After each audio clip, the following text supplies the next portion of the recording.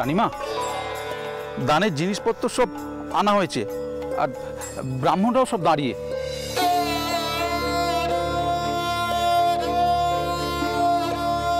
তোমরা এসো আমার সাথে।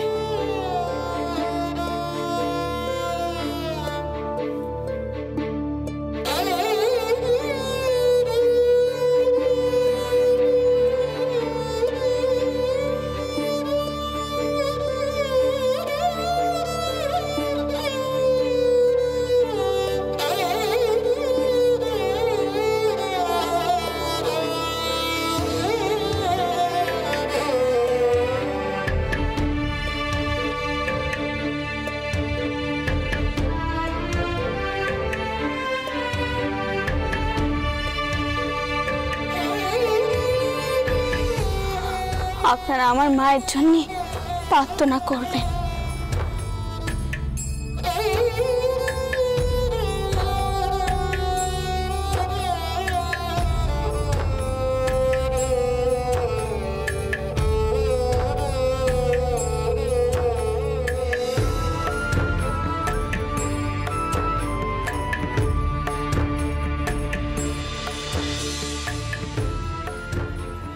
মা, ওমা, আপনি শুনতে পাচ্ছেন মা? আপনার জন্য কীর্তন হচ্ছে, দান দান হচ্ছে, ভাগবত পাঠও করা হচ্ছে। এবার আপনি খুশি তো মা?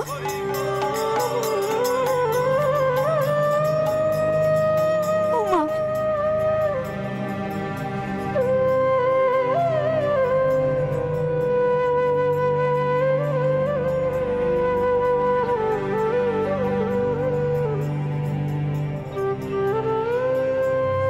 সর্দার, আজ কিন্তু অষ্টপ্রহর কীর্তন হবে, তার জন্য যা যা লাগবে সবকিছুর যেন ব্যবস্থা হয়েছে, আর সারা রাত যেন কড়া পাহারা থাকে। নিজেদের জীবন দিয়ে হলেও মাকে কিন্তু রক্ষা করতে হবে। আমি কিন্তু তোমার ভরসাতেই বাড়ি যাচ্ছি। আপনি কিচ্ছু চিন্তা করবেন না রানীমা, আমি তো আছি।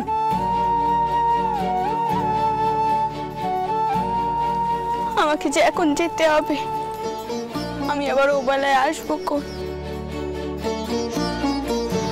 মা গঙ্গার আরতি যখন হবে,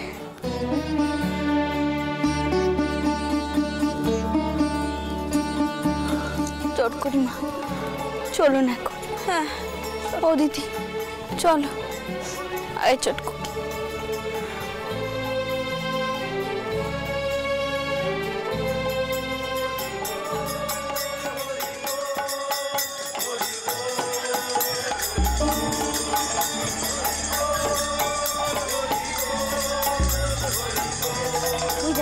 ওই দেখো,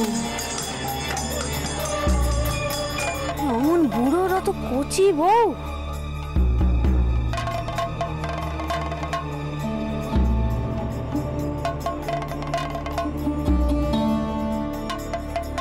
নিশ্চয় কুলিন বাউন হবে, নইলে আর কোন মেয়ের বাপ এমন বিয়ে দেয়? ও দিদি দেখো, বউটা কেমন বয়সীটি আছে। আহারে, হ্যাঁ, মনে তো হচ্ছে বউটাকেও স্বামীর সঙ্গে এখানে থাকতে হবে। আর কাউকে তো দেখছি না এখানে থাকার মতো। কি বলছো গো দিদি? তো সমর্থ মেয়ে, আমার ছোট কুকির বয়সী হবে হয়তো। সারাটা রাত এইখানে থাকবে এই ঘাটে? বাবা, কিছু মনে করো না, তোমার কথা শুনে আর হেসে পাচ্ছি না। বউ হলো সহধর্মিনী, সে থাকবে না তো কে থাকবে শুনি? ধর্ম রক্ষা করতে স্বামীর সঙ্গে স্ত্রীকেই থাকতে হয়। নাও নাও, এবার চলো, ওঠো দেখি, পালকিতে ওঠো। ওদিকে বাড়িতে ঢের কাজ পড়ে রয়েছে, পদ্মটা এখনো আতুর ঘরে, ওকে বার করতে হবে, সব ধোয়া পাখল করতে হবে। এদিককার কাজ তো সব মিটলো, এবার ঘরের কাজ করতে হবে। চলো, এসো এসো বড় বউ, এসো।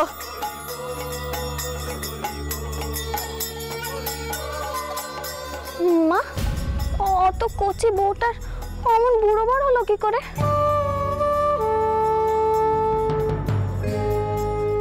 সবই দেশাচার রে ছোট খুকি, সবই দেশাচার।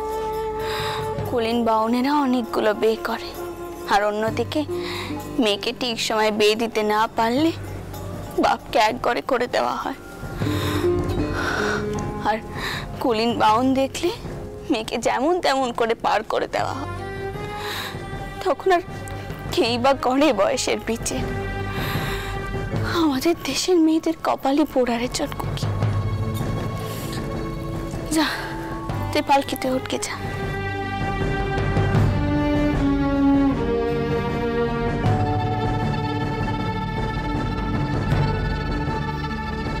সর্দার,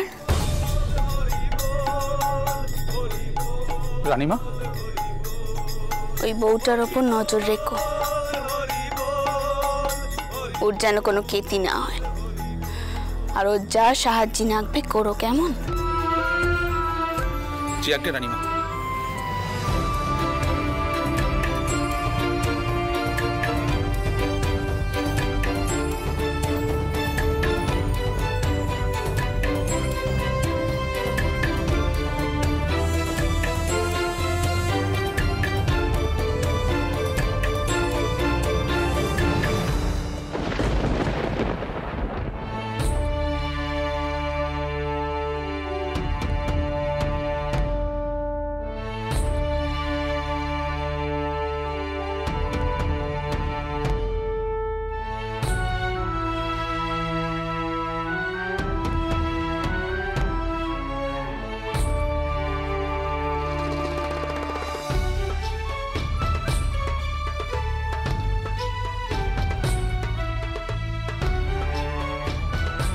সুবলা, বড়দিকে নামাতে হবে, গরম জল কর, কত কাজ পড়ে রয়েছে। বৌঠান, আপনারা সকলে মিলে সব ব্যবস্থা ঠিক মতো করে এসেছেন তো? নিশ্চয়ই কোনো ত্রুটি রাখেননি? আমার মা খোলা আকাশের নিচে গঙ্গার জল হয়, নিশ্চয়ই খুব আরামে থাকবেন, কি বলেন? একটা মানুষকে যদি সশরীরে স্বর্গে পাঠানো যেত তাহলে হয়তো। ঠাকুরপো, ঠাকুরপো, তুমি খামোখাই রাগ করছো ভাই। আমি খামোখা রাগ করছি? বোঠান, আপনার মনে হচ্ছে আমার রাগ করার কোনো কারণ নেই?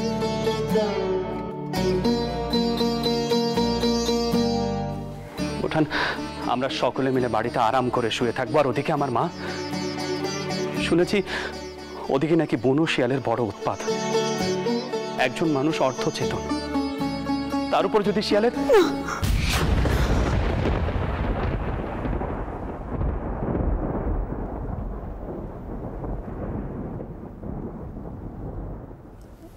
চটকুকি, তুমি ভেতরে যাও।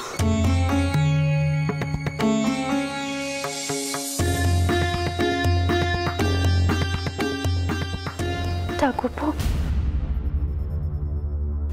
আমি আবারও বলছি, মায়ের এটাই অন্তিম ইচ্ছে ছিল। আমরা বারণ করে কি করে বলো? আমরা আমরা যথাসাধ্য ব্যবস্থা করেছি পাহারার। শুধু তোমাকে আরেকবার বলছি, তুমি যাও, তুমি যাও, একটিবার গিয়ে মাকে দেখে এসো।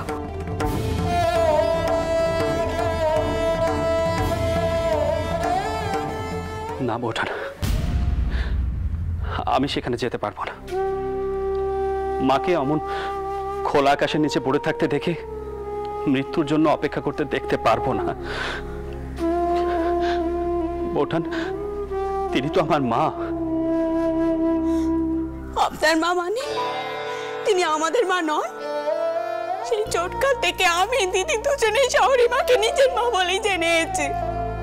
আপনার থেকে আমাদের কষ্ট কোনো অংশে কিন্তু কম হচ্ছে রে।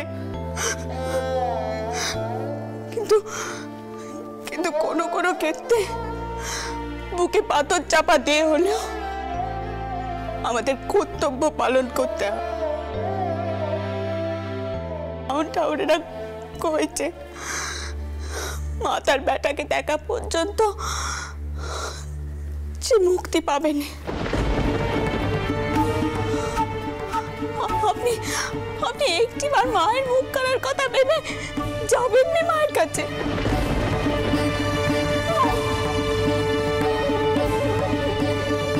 একটিবার ভাবুন, একটিবার।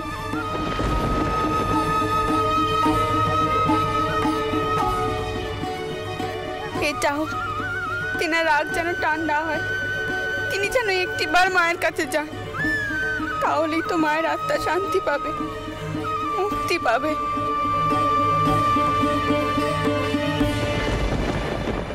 ওরে আমার সোনা চাঁদ রে, আমার পদ্মর বেটা রে, আমার পুতিটা কি সুন্দর দেখতে হয়েছে। পদ্ম, একবার দেখি নাতির মুখখানা, ভালো করে তো মুখখানাও দেখা হয়। থাক মা, তোমাকে আর অত ভালো করে দেখতে হবে না। এ তো কুমারী বা করুণার বেটা নয় যে তুমি ভালো করে মুখ দেখবে। পদ্ম, তুমি কিন্তু ভুলে যাচ্ছ তুমি কার সাথে কথা কইছো। এসব কথা যেন আমার সম্মুখে আর না হয়। তুমি কি জানো না তোমার ঠাকমার কি অবস্থা?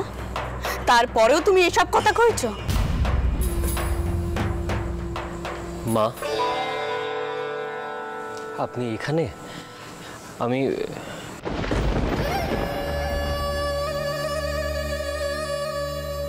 আমি আপনাকে খুঁজছিলাম মা। আসলে আমার পত্র পেয়ে আমার মা জানিয়েছেন তিনি কাশী থেকে ফিরে আসছেন এবং আজই তার নৌকা আসছে। মা, আর একটা কথা, নাতির মুখ দেখবার জন্য তিনি কিন্তু সোজাই বাড়িতে এসে উঠবেন। আমি এখন যাচ্ছি তাকে নিয়ে আসতে। যাও বাবা যাও, এই তো খুব ভালো খবর। আর শোনো, যাওয়ার সময় একখানা পালকিও নিয়ে যাও কেমন? বেয়ান যখন আসছেন অনেক মালপত্র নিয়ে আসছেন, সাথে করে কটা পাইকও নিয়ে যাও সবকিছু বহানোর জন্য। আর দেখো বাবা, কোনো অসুবিধা যেন না হয়। আগে আমি দেখবো মা, এখন তাহলে আসি। যাও বাবা যাও।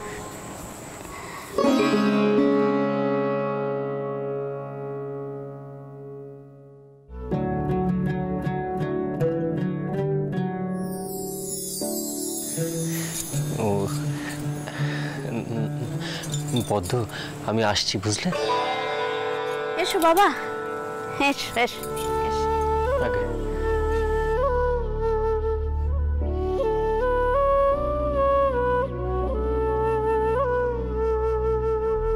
কিছু মনে করো না, বেয়ানকে নিয়ে যে এত আধিক্যতা করছো, তা তিনি যদি নাতিকে নিয়ে চলে যেতে চান?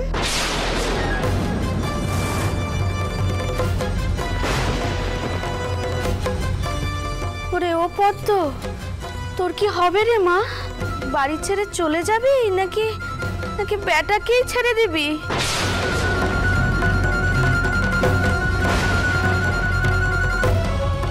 তুমি বুঝতে পারছো না ছোট্ট মা, একটা সমস্যা যেন তৈরি হয়, সেই জন্যই মা এত ঘটা করে আমার শাউরিকে এবারে নিয়ে আসছে। জি পদ্ম, তিনি কিন্তু তোমার শাওরি। চোট করি মা, একখানা কথা ভুলে গেলে চলবে না। পদ্মর সন্তান কিন্তু আমাদের বংশের সন্তান নয়, পদ্মর সন্তান তেনারি বংশের সন্তান। কিসের বংশ গো? কিছুদিন আগে তো নিজের বেটার বিয়ে দিয়ে নতুন বউ আনতে যাচ্ছিল, এখন এখন আমার বেটার সঙ্গে ওনার কি সম্পর্ক, কিসের অধিকার? পদ্ম, তিনি তখন ভুল করেছিলেন, আর এখন সেই ভুল বুঝতে পারছে, আর তাই নাতির মুখ কানা দেখে সব সম্পর্ক ঠিক করতে চাইছে। এই কি যথেষ্ট নয় পদ্ম? ছোট করিমা, আপনি দয়া করে আপনার নাতিটিকে একটু বোঝান। দেখুন, যে আসছেন তিনি কিন্তু এ বাড়ির কুটুম, আর পদ্মর শাওরি। তিনার সাথে যেন একটু ভালো করে ব্যবহার করা হয়, তিনাকে যেন মান দেওয়া হয়, না হলে কিন্তু এই বংশেরই মান যাবে পদ্ম।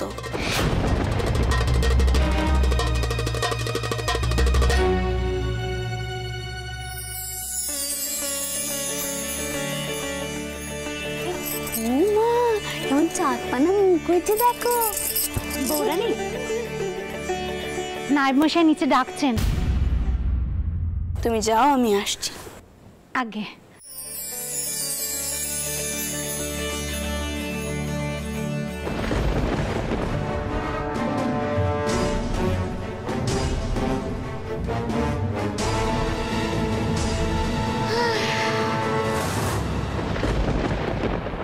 তুমি একটু রোশো বাপু, আমি বৌরানীকে খবর দিয়েছি, উনি যদি রাজি থাকেন তাহলে এই কাজটা তুমিই করবে। এগে আমার বহুদিনের অভিজ্ঞতা, কত গঙ্গা যাত্রীকেই পার করলুম। এসব কাজে এই বলহরির ডাকই সবার আগে পড়ে। কি হয়েছে নায়েব মশাই? বৌরানী, এখানে যে কীর্তনের দল রয়েছে তাদের মাথা বললে যে তারা নাকি অষ্টপ্রহর নামগান করতে পারবেন, তাই আজ থেকে আমি এই বলহরিকেই নিচ্ছি। ওর এ কাজে অনেক অভিজ্ঞতা, তাছাড়া ওই কীর্তনের দলের সঙ্গেই থাকবে, প্রয়োজন পড়লে ও একাই নাম গান করবে। সে আপনি যা ভালো বোঝেন করুন, তবে খেয়াল রাখবেন অন্তিমকালে যেন মানে কোনো আশাই অপূর্ণ না থাকে। আপনি কোনো চিন্তা করবেন না রানীমা, অষ্টপ্রহরী কর্তামায়ের কানে নামগান যাবে, আমি তো আছি। এমন নামগান কত শুনিয়েছি। আজ তাহলে আছি মা। জয় রাধা মাধব, জয় রাধা মাধব, জয় রাধা মাধব। নায়েব মশাই, কীর্তনের দলের জন্য শীতে নিয়ে যাবেন কেমন? গঙ্গার তীরে যেন তাদের কোনো অসুবিধা না হয়, তারা যেন তাদের কাজে মন দিতে পারে, যথেষ্ট খাওয়ার যেন সেখানে মজুদ থাকে। আমি অবেলায় যাবো কোন, আমি এখন গুরুদেবের কাছে যাচ্ছি।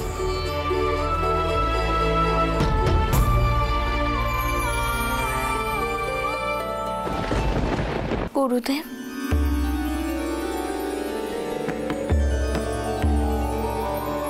বসো মা।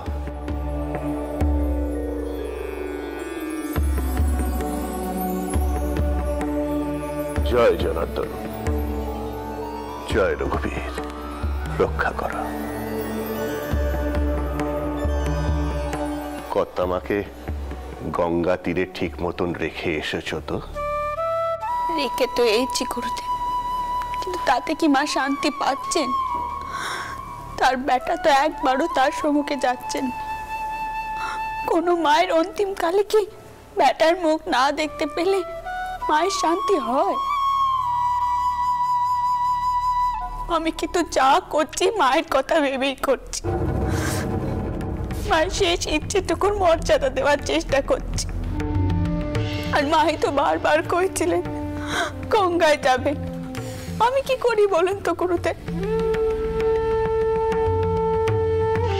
আর আপনি তো কইছিলেন গুরুদেব কর্তব্য পালন করতে, তার জন্য আমার স্বামী খুব রাগ করেছে। গুরুদেব আপনি বলে দেন, আমার কি দোষ এতে? তুমি কেন নিজেকে অপরাধী ভাবছো মা? তুমি যা করেছো ঠিক কাজ করেছো। যদি কেউ অন্তিমকালে মা গঙ্গায় ডুবে থেকে পাপ মুক্ত হয়ে নিজের প্রাণ ত্যাগ করতে চায়, তাহলে তার ইচ্ছেকে কেউ অস্বীকার করতে পারে না।